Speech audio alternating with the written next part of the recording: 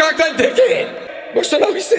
আগামী শুক্রবার মনে রাখবেন, সারা বাংলাদেশ যত জুমার খতিব আছে, লক্ষ লক্ষ মসজিদ আছে, সমস্ত মসজিদ থেকে কাকাল থেকে হুকুম হয়েছে ভিক্ষুক সমাবেশ।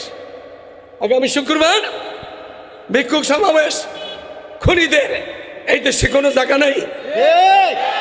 এই সরকারকে, এই সরকার খুনি হাসিনা পাইলা গেছে, ওসিম নাসিম ইউনূসের খুনি হাসিনা লালন করে গেছে।